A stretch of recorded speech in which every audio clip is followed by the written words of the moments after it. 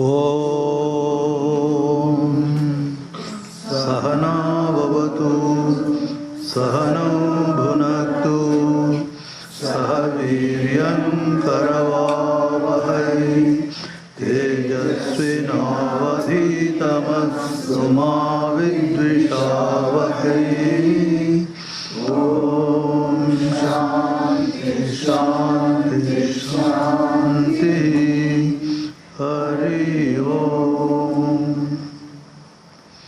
May Brahman protect us, may he nourish us, may we work together with great energy, may our study be vigorous and fruitful, may love and harmony dwell amongst us. Om. Peace, peace, peace.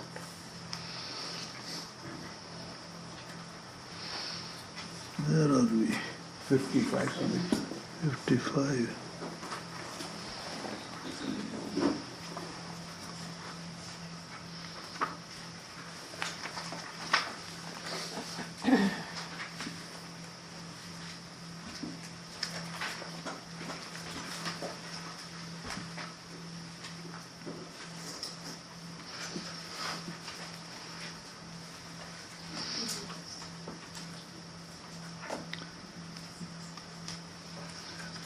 So here Sri Krishna is talking about how by performing our duties properly, with reverence, with a spirit of worship, one can reach perfection.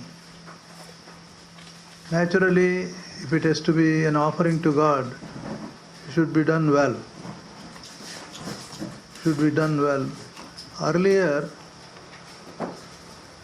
the 3rd chapter, there is one verse. Yajnarthat karmano netra karma bandhanaha. If work is done through this spirit of worship, it will not bind you. You will not make any karma. All other works will bind you.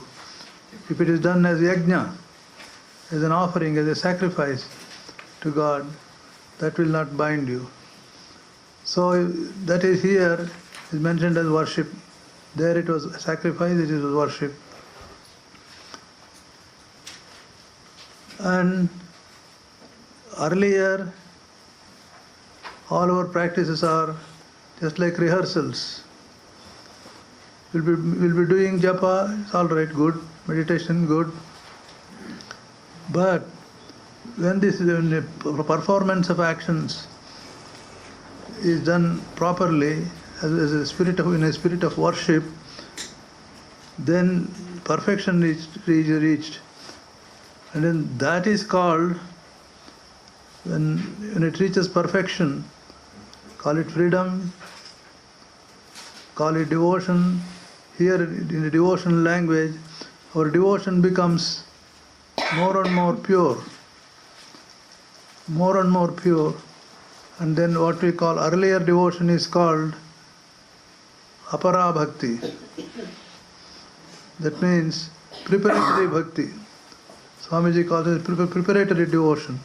I am preparing for it. I have not become an adept. I am preparing. You may call it devotion if you like, but really the cooking is being done. It is not fully done. So after you continuously, if you do that if you perform your duties, then it becomes more and more ripe. Devotion becomes ripe. Here he talks 2 methods at that time. Yesterday I mentioned that Shankaracharya says, after performing this karma yoga, you will be fit for the higher yoga. The karma yoga, bhakti yoga, then he will become really a jnana yogi. That is the culmination. That is one way of thinking. Shankara's he is very, very clear about it, that it is like this. It is perfect, no doubt. Even the perfection, it is a step. Karma Yoga takes it as the first step of perfection. And then Bhakti Yoga takes second step of perfection. The third one, Jnana Yoga, takes it to real jnana, real knowledge. So, how is this consummation attained? After you worship the Lord, all-pervading deity, with your duties.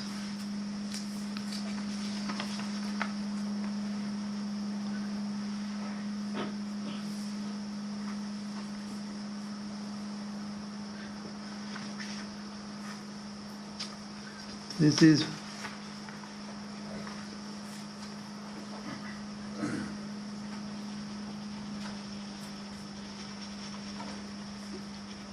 (48), 49, and 50. He becomes freedom from action, Naishkarmya Siddhi. Whatever he does, absolute detachment has come. So even if he has done, he has not done really. That non-attachment is there. And that leads to one who has reached, in brief, how one who has reached such perfection realizes Brahman. Then there is a stage.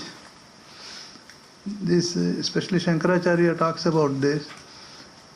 Perfection means, one stage of perfection is you become established in that practice.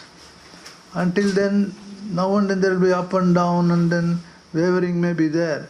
This is Jnana Nishtha, Brahma Nishtha, Dhyana Nishtha, Tapo Nishtha, means becoming an expert in that, fully established in that, in the practice. Like that, Jnana Nishtha, in the practice, he is established in the practice of Jnana at the high level, the sophisticated level, call it. Advanced level, advanced course. Endowed with a pure understanding has become pure. Until then it was, if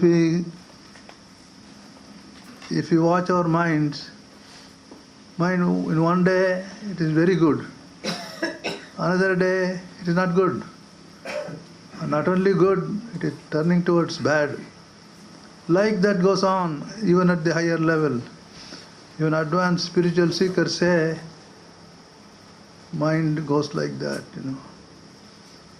They are not much affected by it, and then others will not notice it. It is only those who are introspective, regular practices, they know, today's mind is a little down. Another day, no, it has come up, it's all right. Or another day, it has gone a little high.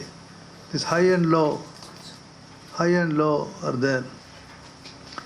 Endowed with, that means the mind has become almost purely sattvic. No mind can be 100% sattvic. Sri Krishna says, in everyone here or in heaven or anywhere, anyone's mind is made up of all the three, Sattva, Rajas and Tamas. Let me see what he says.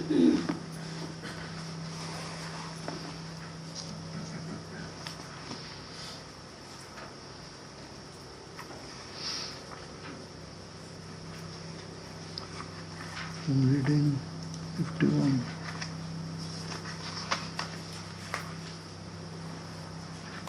Buddhya Vishuddhaya. Shuddha is pure. Vishuddha, specially pure. It has become very pure. See, like that they make these philosophers, mystics, make some distinction. Pure, very pure. If is it not enough to say pure? No, there are two levels. Because mind operates in different levels. Vishuddhatma, Yukto, Dhrutyatmanam, Niyamyacha.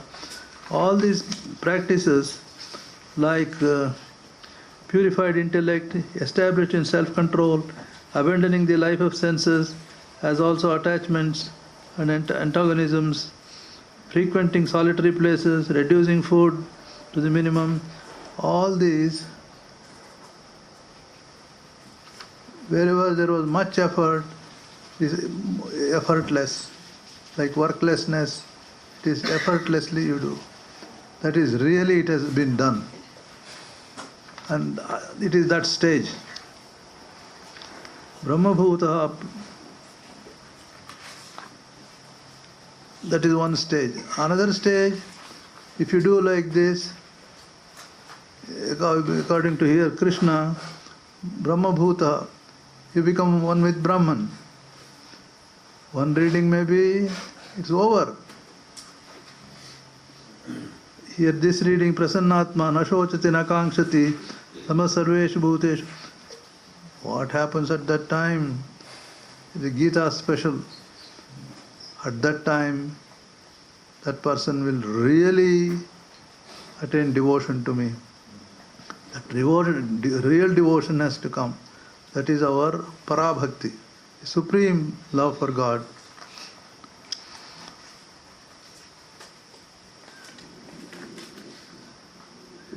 Having become Brahman and being tranquil in heart, he neither grieves nor desires. All this he has been practicing. Spiritual disciplines means, yesterday we were reading, Shama, Dhamma, this and all these different spiritual disciplines. They all mature. Otherwise it is immature, mixed up. Sometimes it is all right, sometimes not that all right. Relatively, like our relative scale, 0 to 10, maybe 8. Sometimes it comes down to 7. Many times we never notice that. But a sharp mind, pure mind, notices. Even a little bit, like some people are very fastidious about their dress, even a little something happens, already have noticed. No one else has noticed. I am reminded of one of our mathematics professors. He would come tip-top, very well dressed, and even his own colleagues would smile at him when he comes, because he is very, very sensitive to that. Unfortunately, as a mathematics teacher, he had to write on the blackboard a lot, and that chalk dust would fall on his blue suit, and he would carefully dust it. The whole class would laugh. So, when the mind becomes pure, even a little thing is noticed there. When a little thing is noticed. There is one, in Buddha's, this Jataka stories, there is one incident, one story. One day a monk was taking a walk, monk of the monastery. He came near a pond full of lotuses. And then he was watching it, fine smell is coming, nice sight. He stood there and inhaled. Oh, how nice this fragrance. Then he heard a voice.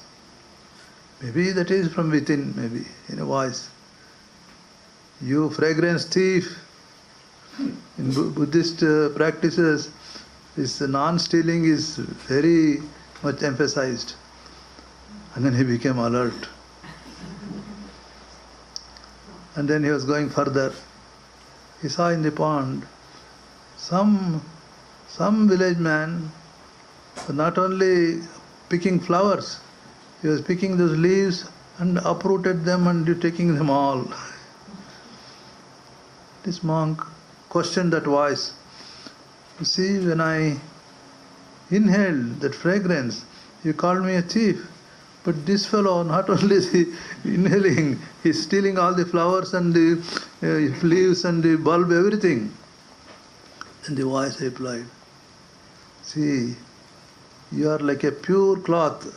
Even a little thing shows, but his is a cloth which is yet to be washed.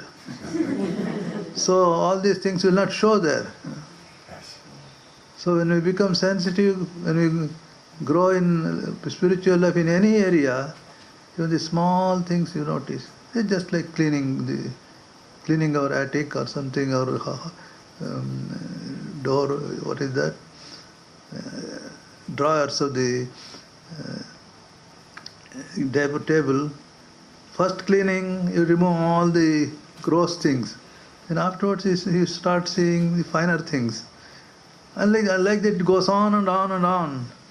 So you become more and more sensitive to that. So here, even a little thing is shown, even that should be cleared.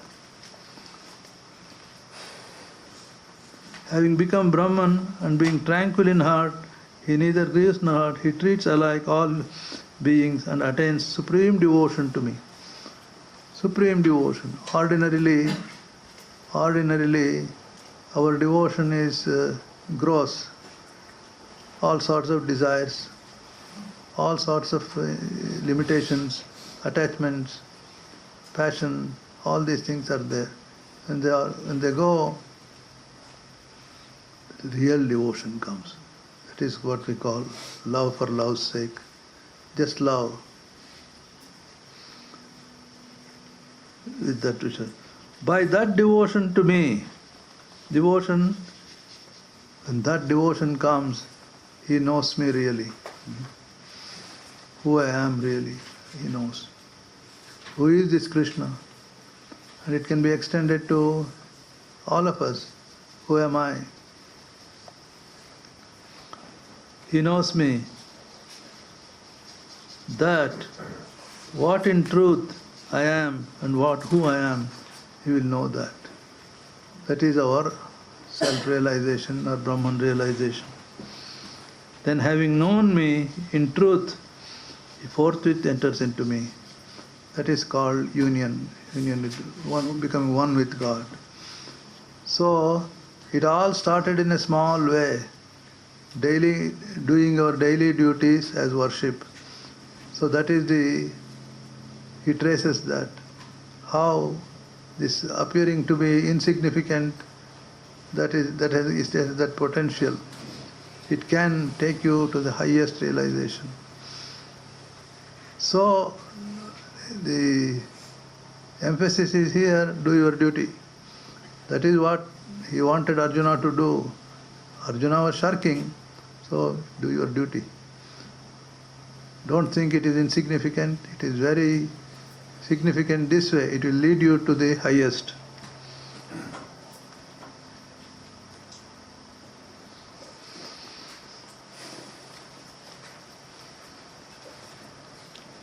Who I am, note, who in truth I am. He knows that the Lord alone is the essence of divine manifestations caused by his Maya. Who I am. He knows that the Lord is devoid of all names and forms caused by Maya and is of the nature of the Absolute. Having known me in truth, having known that the Lord is non-dual, unborn, undecaying, unchanging nature and spirit and consciousness, enters into me. The acts of knowing and entering are not two separate and consecutive actions. They are one and the same. Knowing and entering. To know the Lord truly is to be absolutely absorbed in Him. That one without a second, that realization comes.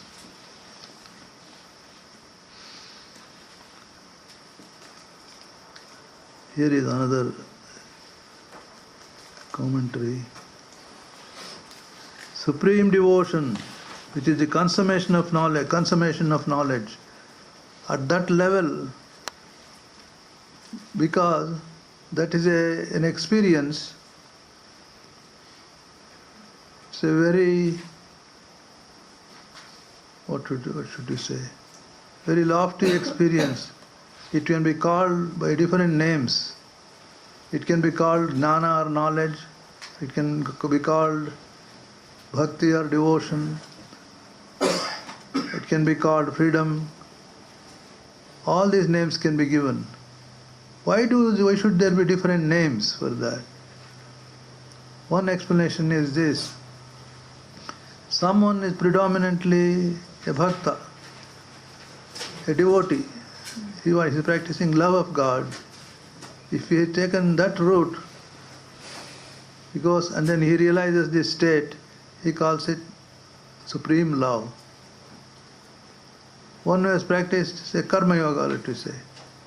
He goes on like that. I am practicing karma yoga, detachment, freedom from action, all that. If that is the language he wants to use, it is freedom. Through work was binding me, now it is complete freedom. And Raja Yoga says it is kaivalya.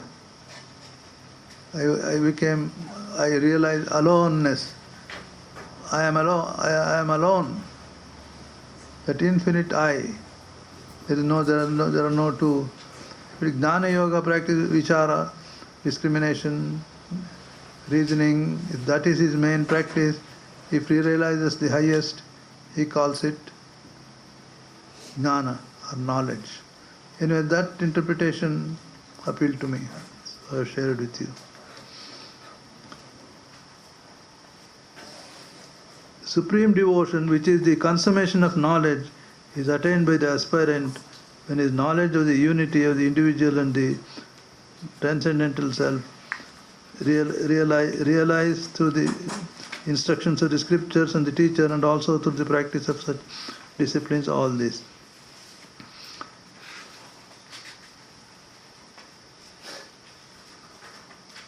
This kind of liberation wants to emphasize this. You talk about devotion, knowledge, all that. It can be the liberation described above, may also be attained through the performance of one's duties. There are some notions, This Jnana Yoga is a separate method, Karma Yoga is a separate method, Bhakti Yoga is a separate method, and gradations 1, 2, 3, like all these are there. Whatever it is, the consummation can be attained, performance of one's own duties. Whatever you may call it, you can get all these by performing your duty as worship. Even though engaged in all kinds of action, a man who has taken refuge in me reaches by my grace the eternal imperishable abode. All these ideas are introduced. One is, though one may be engaged in all kinds of action, one who takes refuge in me by my grace, reaches by my grace the eternal imperishable abode.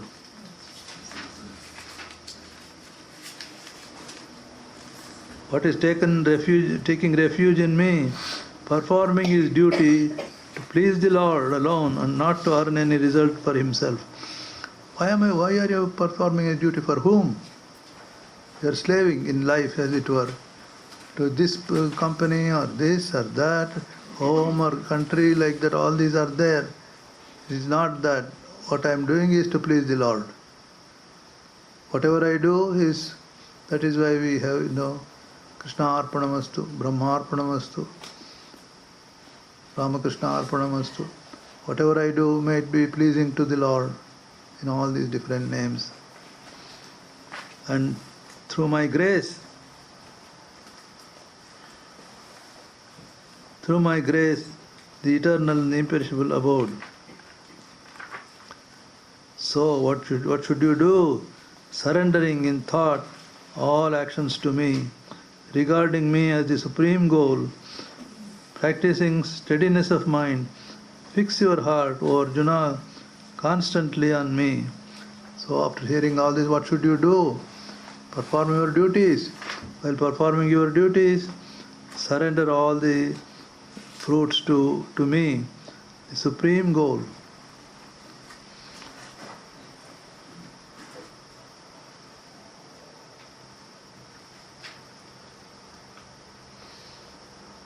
Practice all these practices, do it along with your duties, and then surrender all the results to me. And then through that, through my grace, fix your mind, fix your heart, O Arjuna, constantly on me. And then he defines that supreme love. Fixing your heart on me, you will overcome every difficulty by my grace. So everywhere the idea of grace is there. That we discussed how, in spite of our best efforts, there is another factor. Unknown factor is there called the grace factor. Daivam is the grace. Grace is there. Through that, fix your heart on me. You will overcome every difficulty by my grace. But if from self-conceit you do not listen to me, what will happen? You shall perish. Warning is given. You will perish utterly.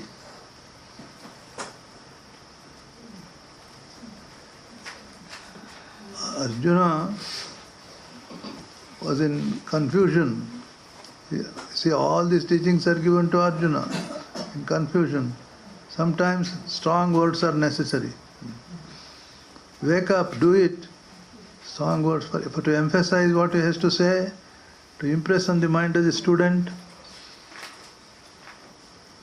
Because of self-conceit, because of egotism, if you do that, the problem will come. So, he's clinching the issue. If what happens, if indulging in self-conceit, you say to yourself, I will not fight. Supposing you do that, I will not fight. Vain is your resolution. You will not be successful. I'll tell you, you will not be successful. If you persist in you will be in trouble. If you don't listen to me, you will be in trouble. Of course, you are free to do whatever I say, but you will see you will be in trouble. That is the warning. Vain is your resolution. Your nature will compel you. Your nature will compel you. Your inborn nature is there, so dharma, that dharma will compel you to do that. As one commentator says, if he refuses to fight and goes to forest, instead of fighting people here, he would have fought with the wild animals in forest. That we see in our lives also. Sometimes we resist in spite of instructions, in spite of advices and all that. Oh, I am going to do that. And then if you go somewhere else, to another country and all that, you will take with you your mind, all your dharma, so you will do the same thing. What you did not want to do, you are made to do. So, honestly, if we observe ourselves, we find all these things. This will not work. That egotistically, I want to do this, I want to do this.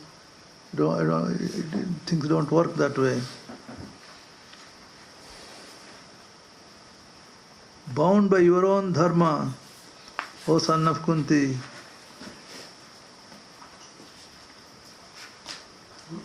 which is born of your very nature, what through delusion you seek not to do, you shall do even against your will. If you follow this method, all right, whatever I say. If you don't do it, you will have to do it the same thing the hard way. How often we have received those scoldings from our seniors and teachers and all that. You don't do it, you will have to learn these lessons the hard way. Once one Swami was scolding the junior. If you don't do this, follow this, what Swamiji has said and what order says and all that, we have to do it in a hard way. Now I am telling you, do it. Otherwise, your colleagues or your assistants will teach you the same lesson. If you don't learn in this way. Whole purpose of this scriptures and teaching, your teachers, is this: to make things smooth, to avoid mistakes or delay in our progress. In every way, trying to make it successful. Whatever is needed for successful journey, all these instructions are given. With a false pride, false bravado, arrogance, if you do want to do something, all right, go ahead, learn after having missed.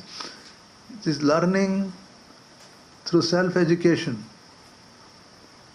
That is better than learning when you are made to learn. See the difference there? Until then I go, if I am made to learn, I learn. Otherwise, so intelligent people learn in a more painless way. Self-education. I can educate myself by taking hints, studying, and making some experiment, learning things. Otherwise, at every step, that is the problem with this egotism. I go hit your head against something, then yes. That ego gets a beating. Very painful, in a very painful way we learn.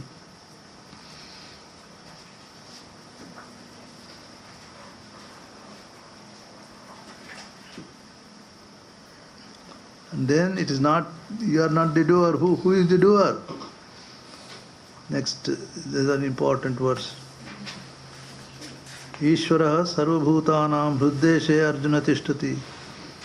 Ishvara, the indwelling spirit, he does that. The Lord within does that, not you. And by his maya causes them to revolve as though mounted on a machine. It's a very beautiful theme for meditation. How the Lord within, he is the operator. You know, that song also is there. You are the operator, I am the machine. This whole universe is a machine. Within that, the indwelling spirit, that is called Ishvara, God, he is revolving. Take refuge in him alone. With all your soul, over by his grace, will you gain supreme peace and everlasting abode. So how to perform your duties is worship? It is this: take refuge in him alone. With all your soul, O Bharata, by his grace will you attain supreme peace and the everlasting abode. So as I said, it is a theme for meditation. Every time when you sit, see, in Vedanta, the reality or the Supreme Spirit is meditated upon in three ways. One is an incarnation, very personal, God in the human form, meditating on the characteristics of the incarnation of God, or the Leela Smarana, all his actions in this world, in this life, meditating on that. That is one level.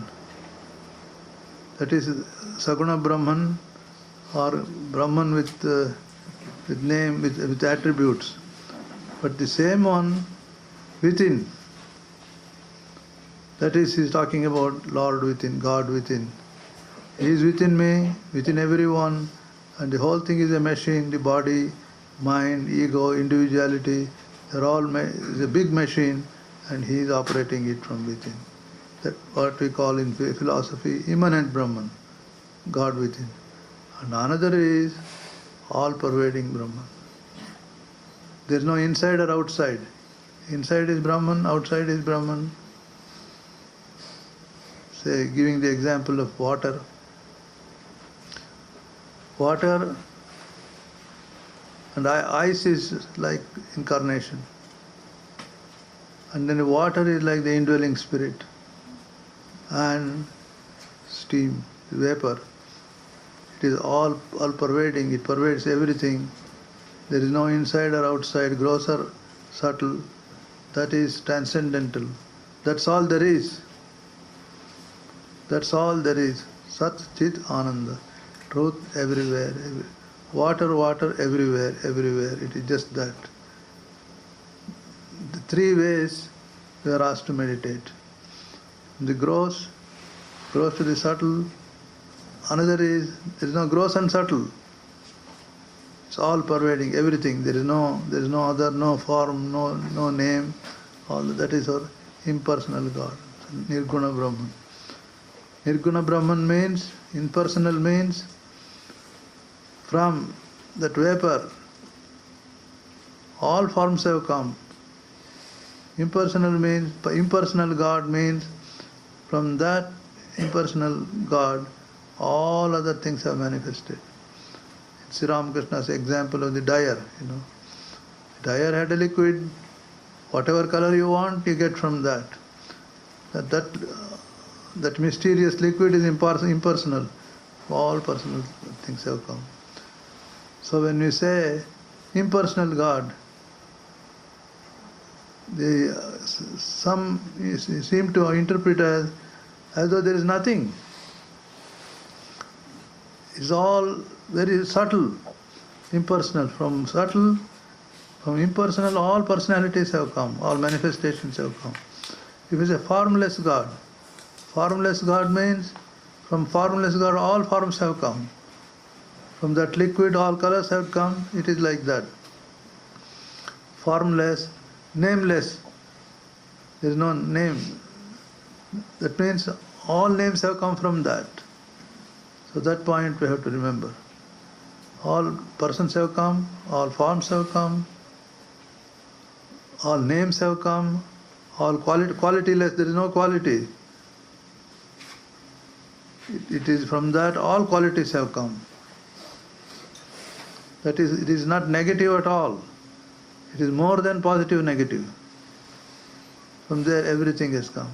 So in that series, it is God as the operator is one. He is talking about that now.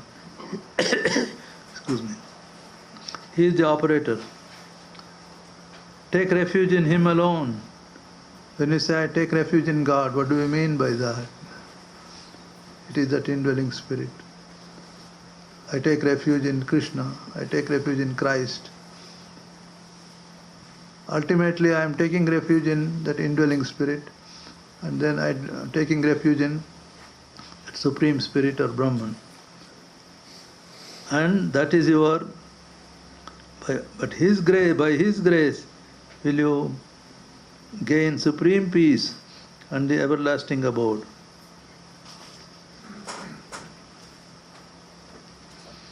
In the Shvetashvatara Upanishad, there is one verse, Eko Devaha Sarvabhuteshu Gudaha. The reality is one, God is one. Sarvabhuteshu Gudaha. He is hidden in all beings. Sarvavyapi, all pervading. Sarvabhutantaratma, He is the indwelling spirit. And He is the Karmadhyaksha. Karmadhyaksha means He is the presiding. He is the president of all these, overseer of all these. Sakshi Cheta, He is the witness. Who is that witness content? Who is watching? Whatever is happening in my life or now in the whole world, it is that indwelling spirit is watching all the time. Cheta, He makes beings animate. Kevala, He alone. Nirguna, impersonal. Sarvabhutadhivasaha, He is present in everyone. So these are all well known.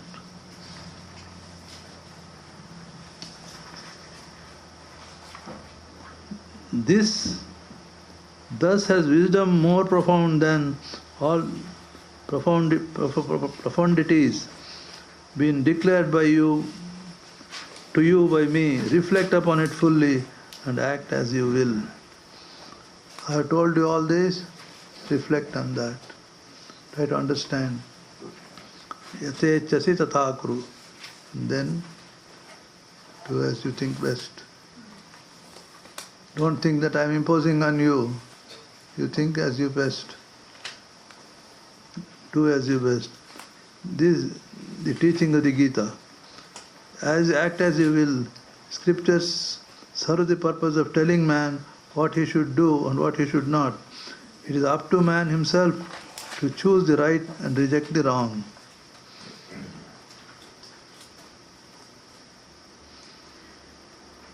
Now, again listen to my supreme word, the profoundest of all. You are well beloved of me, therefore I will tell you what is for your good. Yes, profoundest truth. We'll leave it for tomorrow.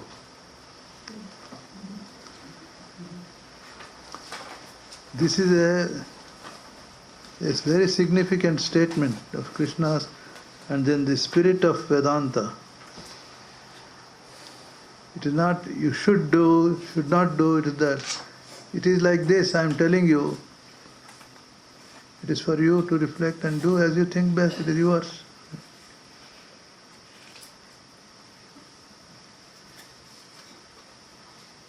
But he is a good teacher. He has aroused the student to see the truth. It is not, Sri Krishna is not an authoritative person. The authority is truth. And he is speaking the truth. It appears as though Krishna is the authority. It is the truth. He is talking about Krishna, about truth, that is why he has become his authoritative. Truth is always very dogmatic and authoritative. Have you observed that? This is it, this is it. It is nothing else.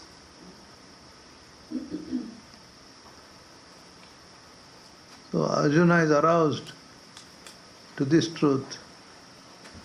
That is why he says, Karishye vachanam tava. Oh, I will do as you say.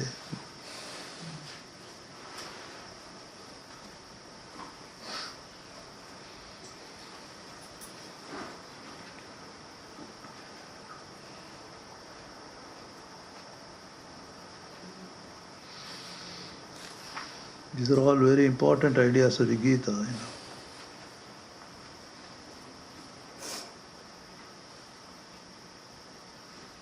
Especially it is this, for our daily life, daily activities, a meaning is given. A lot of our problems arise because of don't find enough meaning for this.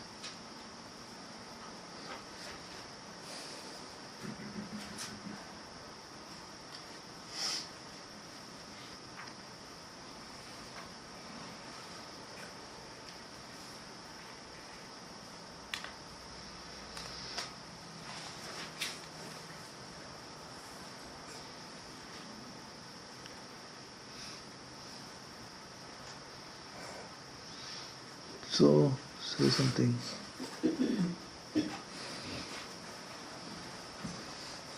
Swamiji, you use the word eminent Brahman. Yes. What is eminent? What does it mean? Immanent means that which is inside.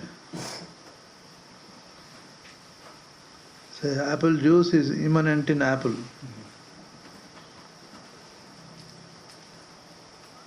The other one, Brahman, is solidified apple juice.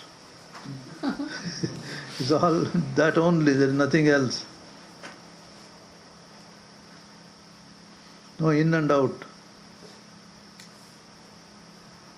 Another example is given.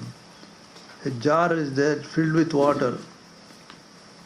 Put that water, it's an imagery given to meditators. Jar is full of water, and that jar full of water is put in the ocean. There what will you say? Water is inside the jar, water is outside the jar. So what is the water that is inside the jar is called immanent. But there is another, think of this. Supposing glass is that the jar is made up of ice. The material of the jar also is water. Inside also is water. Outside also is water. That is transcendental. That is our impersonal Brahman.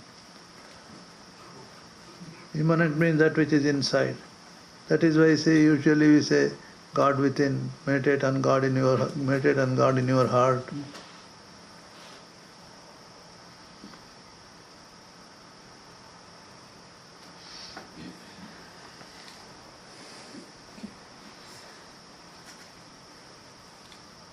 Sri Ramakrishna realized all this.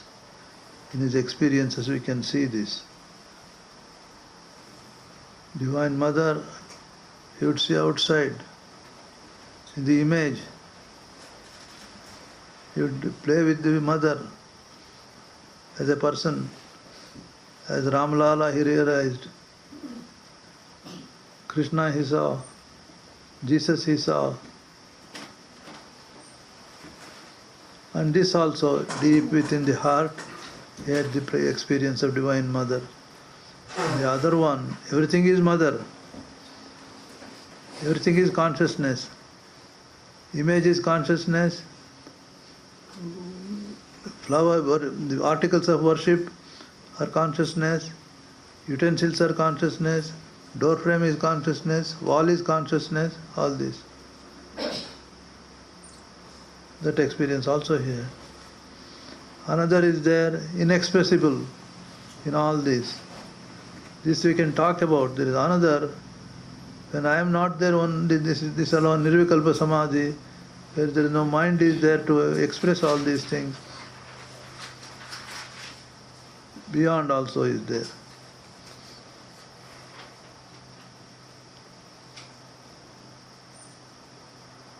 There is no end to the, I am coming. There is no end to the number of ways you can express this. Like sky, I can say sky, it is like this, it is like this, it is like this, it is like this. Shapes are there. No shape also is there. What is that? Maharaj, you said real devotion is Parabhakti. Yes. Which one is Apara Bhakti? Can you explain a little bit more? Apara Bhakti? Apara Bhakti, Preparation. all our preparation for that. Like our various pujas and then various types of meditations, all that. I am developing that during practice. I am learning to express that. I am struggling that. In and through all these mixtures. Sometimes selfishness comes, sometimes tamas comes, rajas comes. Up to sattva, practice, devotion goes on. It is beyond sattva, it's called nirguna bhakti. It is not mixed with sattva, rajas and tamas.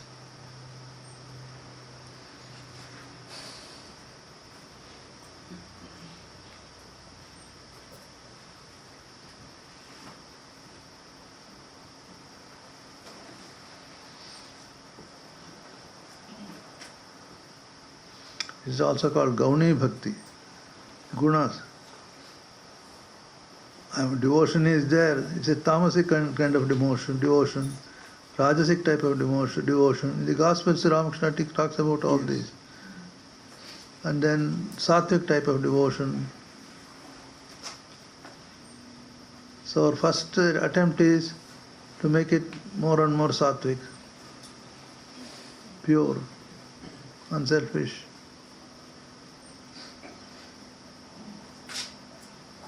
One-pointed, unmixed.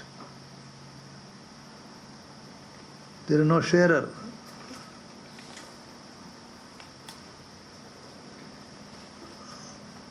Apara Bhakti, I love God true, but I love the other things also side by side. But I am preparing myself how to concentrate more and more, divert more and more on God only.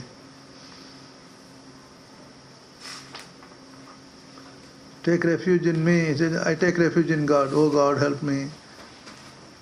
But sometimes, oh God is listening to me. At least let me get the more reliable help. Ask me help from the neighbor. But preparatory bhakti is like that. Sometimes we are concentrated, sometimes we are not. We get mixed up. But Avibhicharini Bhakti, unmixed up, always whatever is there, whatever we want, for everything we go to Mother.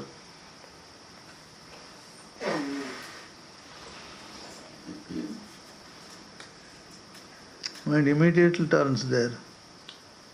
If it becomes to that, the devotion is becoming ripe. Nata tumi sarvasva amar. Thou art my all in all. In all the three worlds I have none else to call thee, but none else to call thee, none else to call but thee as my own.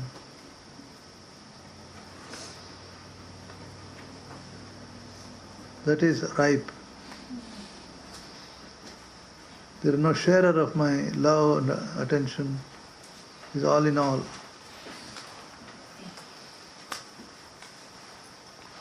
Until then it is preparatory.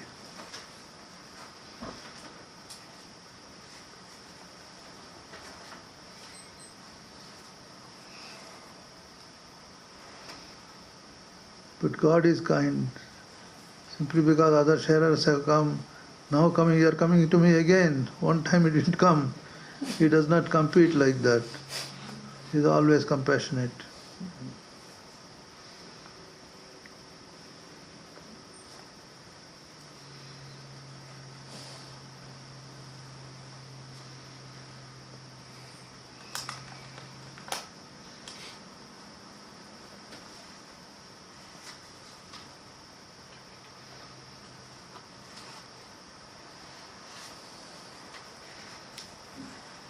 Swami, in verse 57, Sri Krishna speaks of Buddhi Yoga. This is a term. Buddhi Yoga. I've not seen this term before. Which one?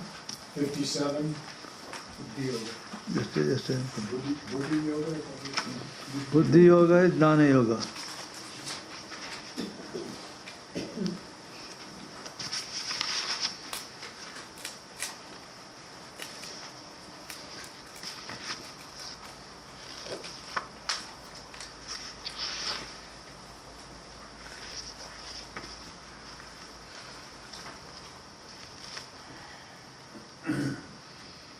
Fifty-seven. 57? Yes. Chetasa. What does it say?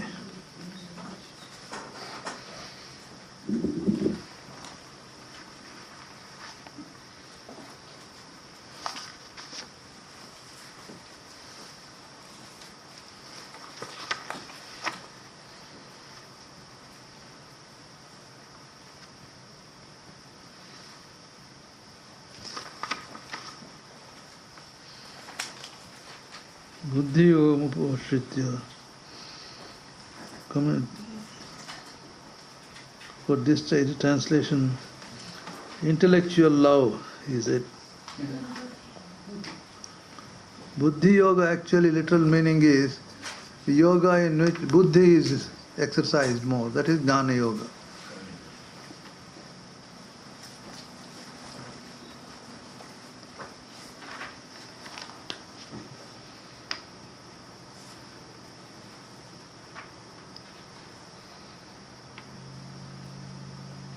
So here, according to the context, he interprets as communion is yoga, intellectual love, Buddhi Yoga.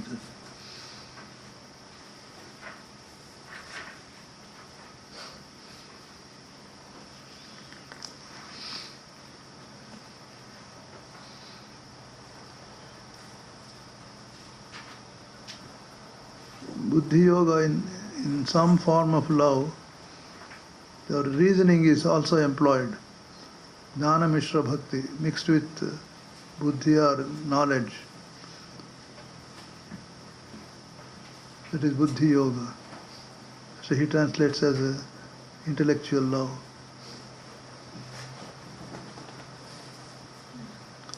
Pure Buddhi, Bhakti Yoga The feeling is given the importance, as in all as it were. But in Buddhi Yoga, feeling along with that you reason also. Use your reasoning, discriminating capacity.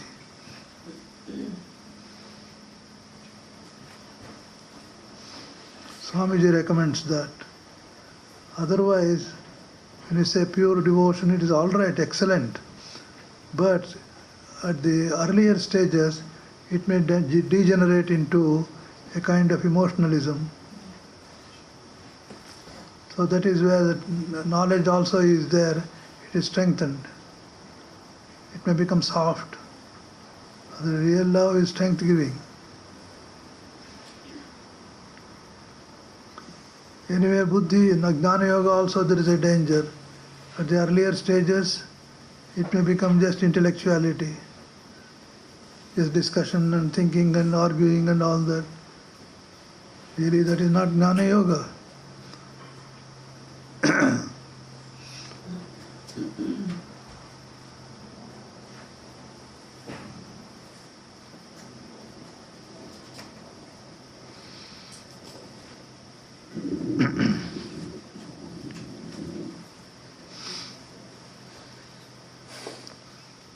Mind creates all sorts of problems.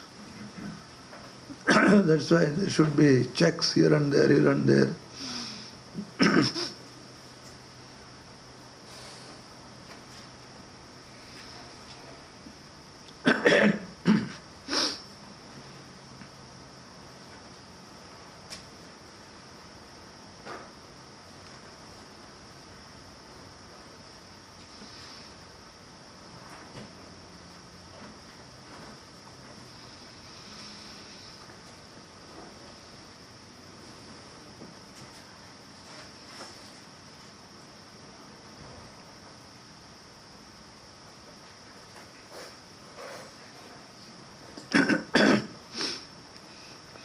This, please give me that.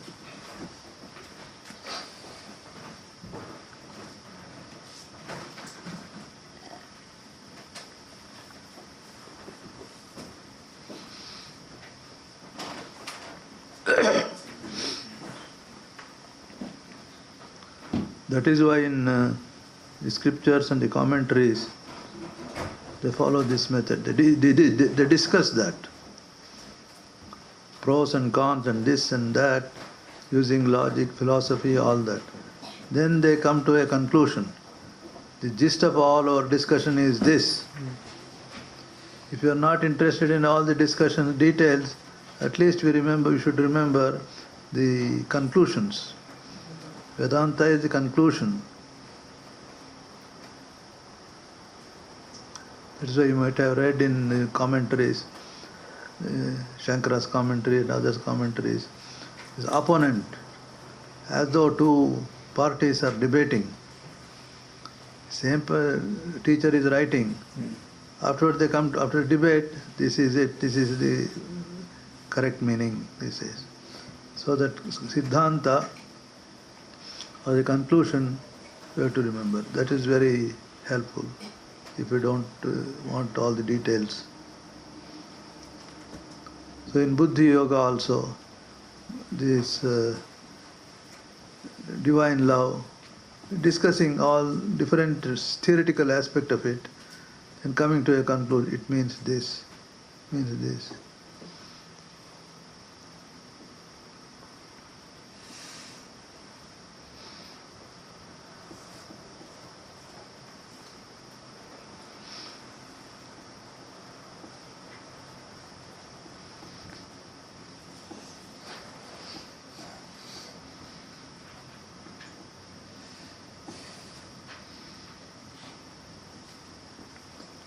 If we go on exercising this, reasoning and discussing inside, reflecting, we get lot of help from inside.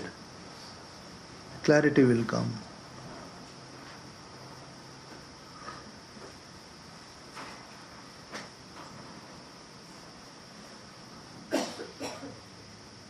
That's why Krishna says, I told you all this.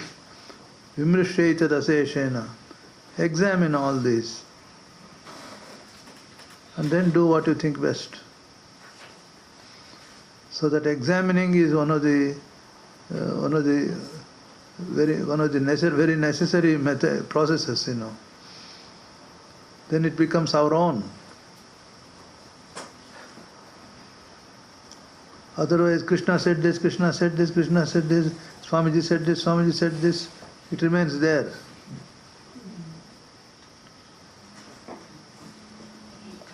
If it goes through this churning process,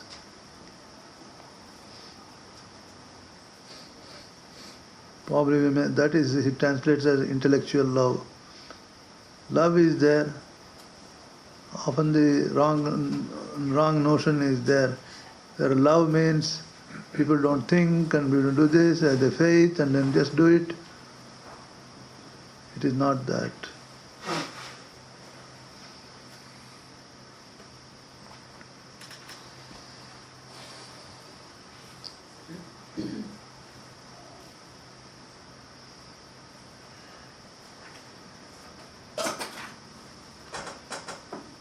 That's how if we don't do that, we bring down the meaning of it, Bhakti means we settle down at a very lower level, gross level. If we churn all these things, it becomes purified, we understand more, and the clarity will come. What is it?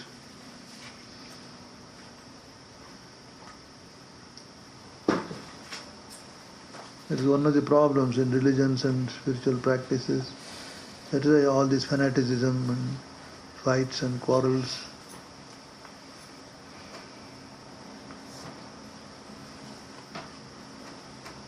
Swamiji, that's why he said, be thinkers, be thinkers.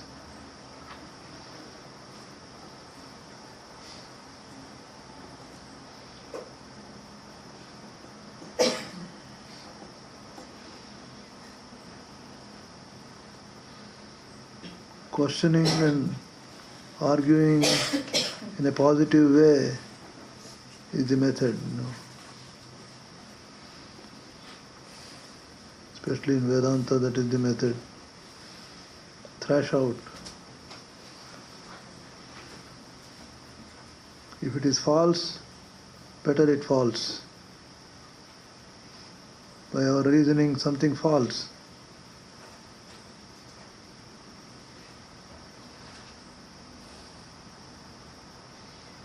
Truth can stand all tests, all our reasoning, all thinking, and alone it is truth.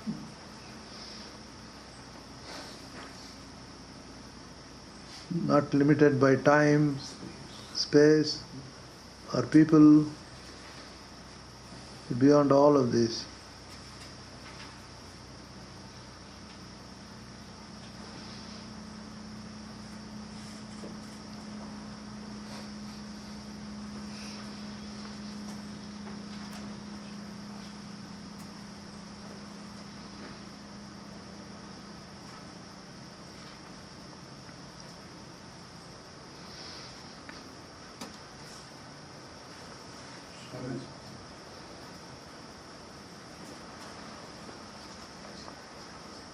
So, Swamiji, in order to develop proper devotion, looks like, you have to apply intelligence also.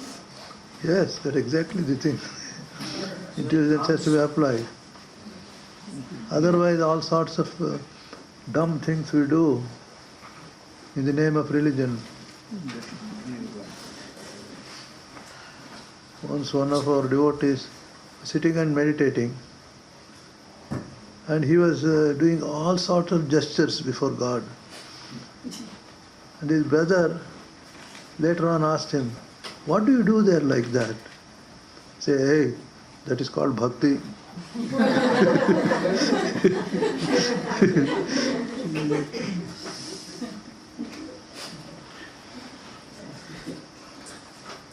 That's why Swamiji said, and others also said, Gyan Mishra Bhakti is a good way. That's it. Jnana-nishta bhakti, yes. That is Jnana Mishra bhakti. Right. Tempered with jnana.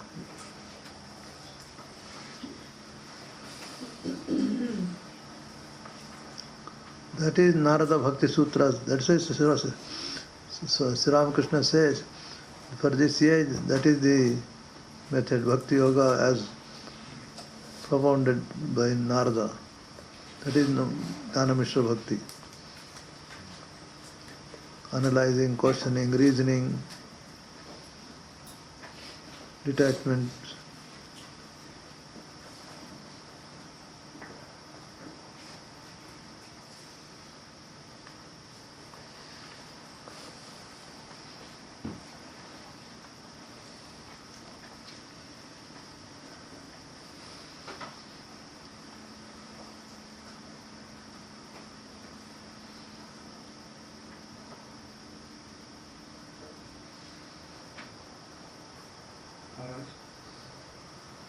Maharaj, Is the- can you elaborate a little bit more on Swadharma? Does it keep changing according to the gunas?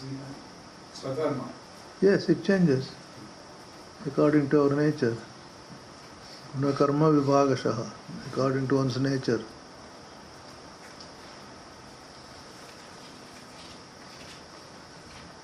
See, nowadays we have to understand sadharma more and more at a subtler level, psychological level. Not just duty outside.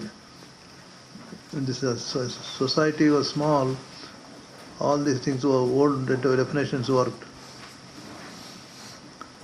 The orthodox translation is Swadharma based on activities. If you are a carpenter, you follow the carpenter only. You become a good carpenter. Don't try to become an engineer. They try to put them in that, fix the person in that mold. And another is dharma means religion. Don't try to do your formal religion. You are born in this religion, you should be that religion only. But nowadays, we are all getting mixed up. More and more mixing up, more and more opportunities, more doors are open. It becomes difficult to fix our sadharma. It is more psychological, mental makeup, your makeup. Follow that. And that goes on growing. It becomes widening, bigger and widening and widening.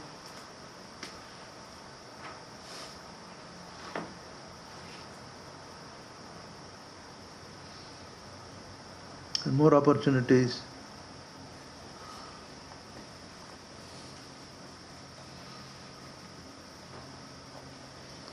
But this one, the basic meaning is this: whatever may be the opportunity, whatever may be your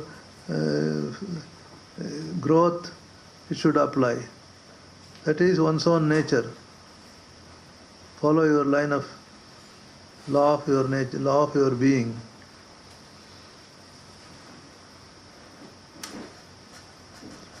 Empirically, follow what you are. Let us put it that way.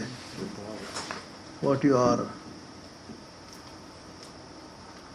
Not what you are in the sense of Atman or Brahman, even here as a human personality.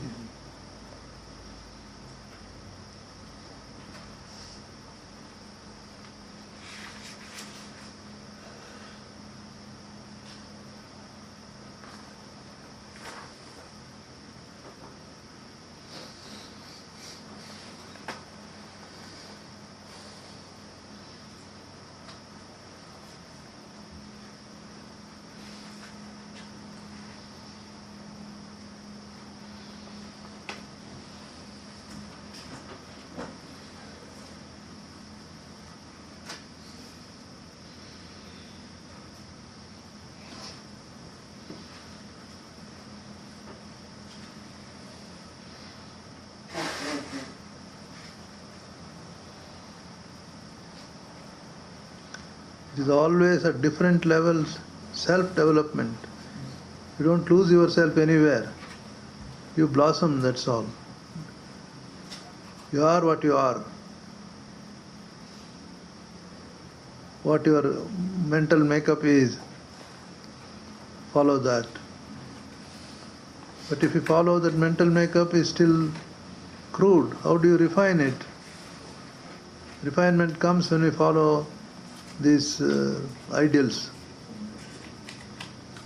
Whatever may be your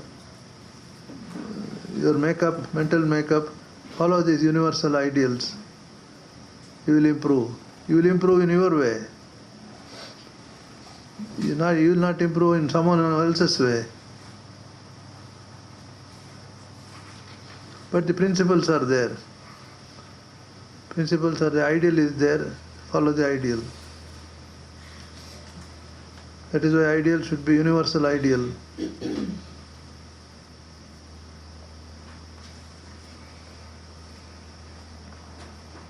Would it be something like upper bird and lower bird kind of conception? The lower bird that Dwasapurna. It is the lower bird. If the lower bird is a sparrow, be a sparrow. The upper bird is common. Try to become an upper bird. That is the ideal, Paramatma. All birds who are lower birds should try to become that. The best sparrow. Don't become a crow.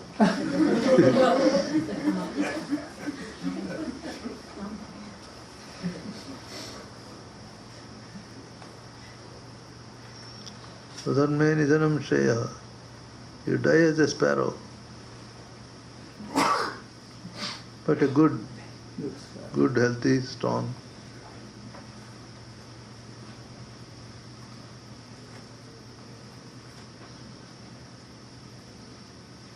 Here the Swadharma idea requires a lot of thought. What exactly it is.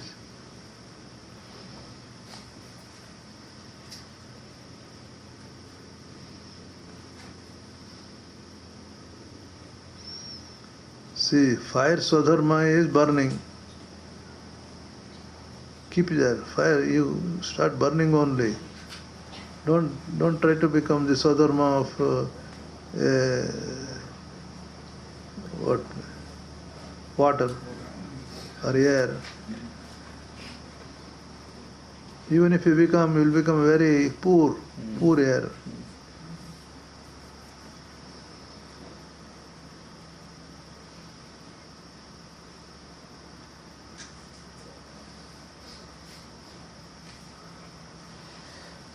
All these, if we think carefully, calmly, they're all common sense things.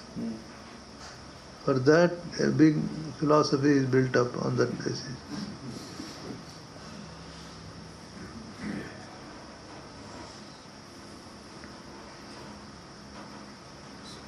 Swamiji, to know what Swadharma itself is very difficult for a person to know what his Swadharma is.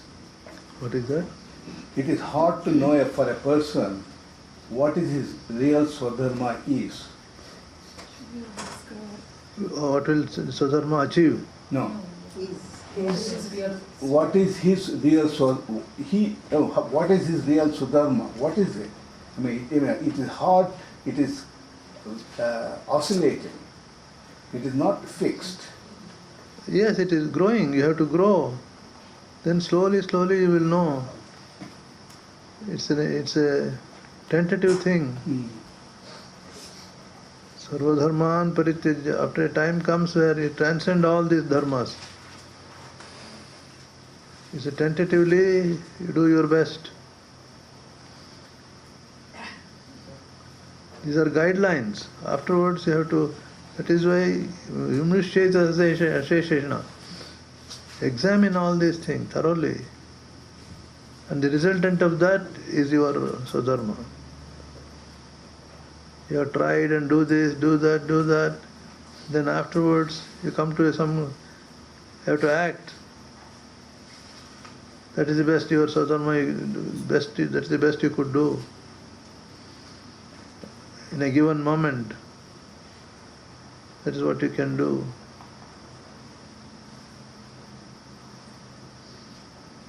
Like you want to in the university, you have to study this, you want to study this. You consult people and do this, do that. Then you arrive at something, I will do this. That is your Swadharma. In that, if you have taken a good decision, correct decision, you'll get good results. Otherwise, you will know afterward, no, that was a bad mistake. I should not have done it. Change it. See, whole life is a gamble. That fixing, our buddhi is the helper in that. And the scriptures, teachers, they are all the helpers. This vocational guidance is there, similar to that.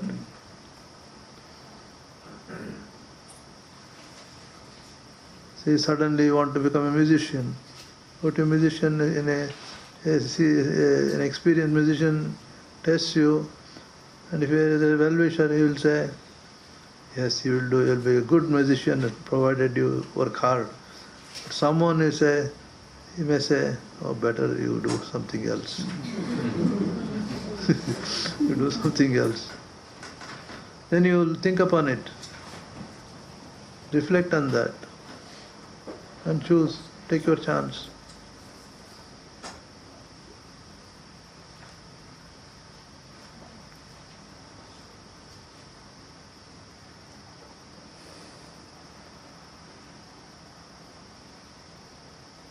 Doctor students say, they go and ask the senior doctors, can I become a surgeon? Can I become this and that?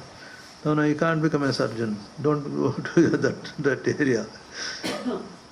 Because if a little blood scares you, every day you have to deal with that afterwards.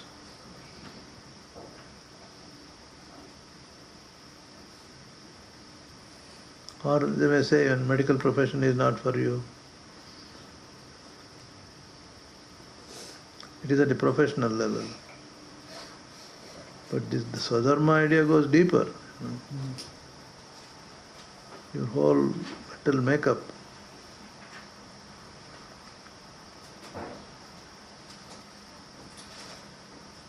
At another level, by nature, some people are very emotional.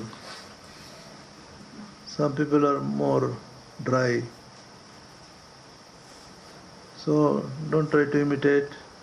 Do better and better. If you find yourself to do more emotional than you should be, try to hold down.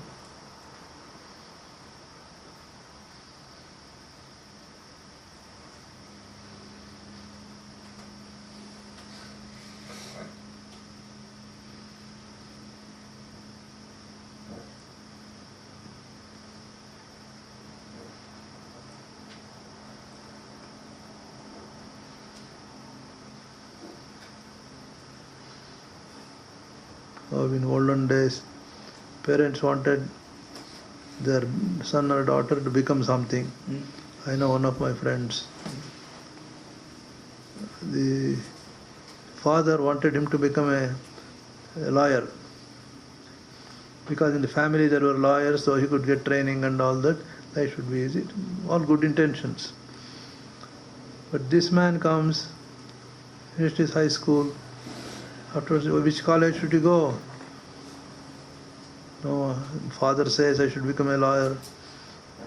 He was telling, no, I'm not interested in that. Then tried to persuade him. Our father tried to persuade. He put him in the law college. Struggling, he somehow finished it. He started working under a famous lawyer afterwards. After 3 days, this man is missing. He's run away from the lawyer's office. Then after all search, they found him in a big city. Then he said, don't worry, I will get a job here. Then he became a mechanic in a factory. And he was there till recently. Last time also I met him. And he smoothly carried on, everything went very well. So these pressures don't work. Sadharma asserts itself. Or otherwise it becomes great tension all the time,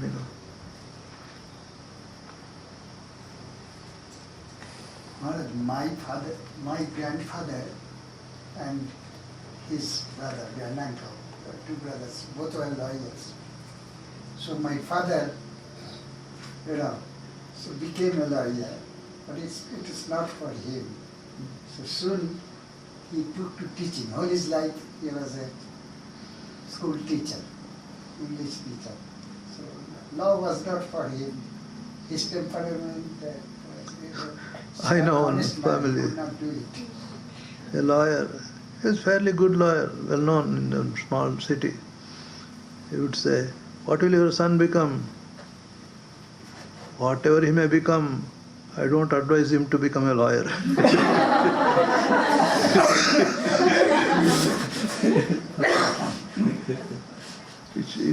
Lawyer, even if my enemy asks, I will say no. Don't become a lawyer.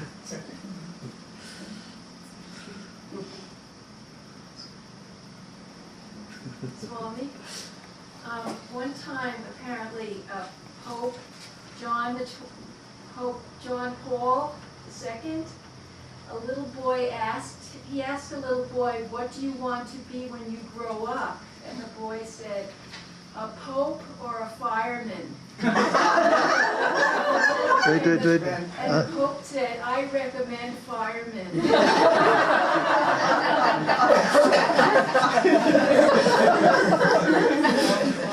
Probably all children say. Pope stories are there. Here, Abbott, what is that? In connection with him, the story is told. A farmer had a donkey, and then the donkey was made to work hard, and he was giving very little to eat. It's a story. Donkey used to become very angry and frustrated. It was waiting and waiting and waiting. I must do something to this farmer, take revenge on him. In the meantime, it died. So it goes to heaven or what, God's world. God, I have a complaint. This farmer,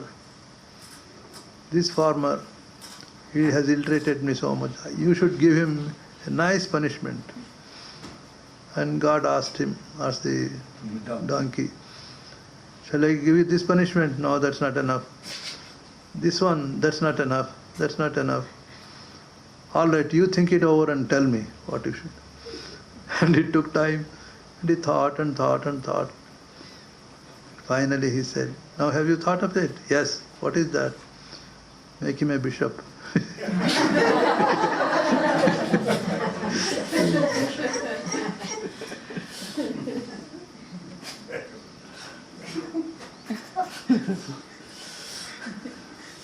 So Pope knows all what Popehood or Pope job is. He's the Bishop of Rome, so you would know.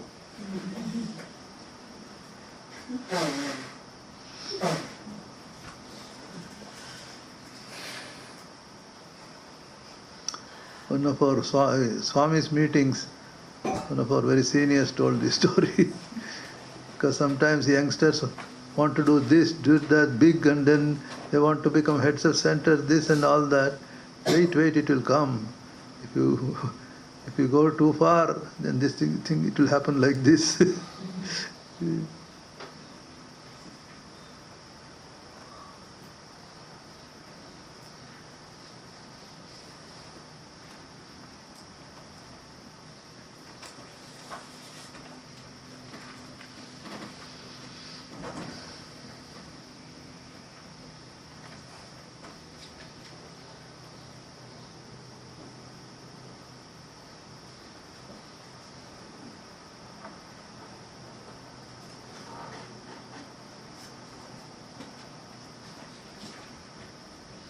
All right, let us go.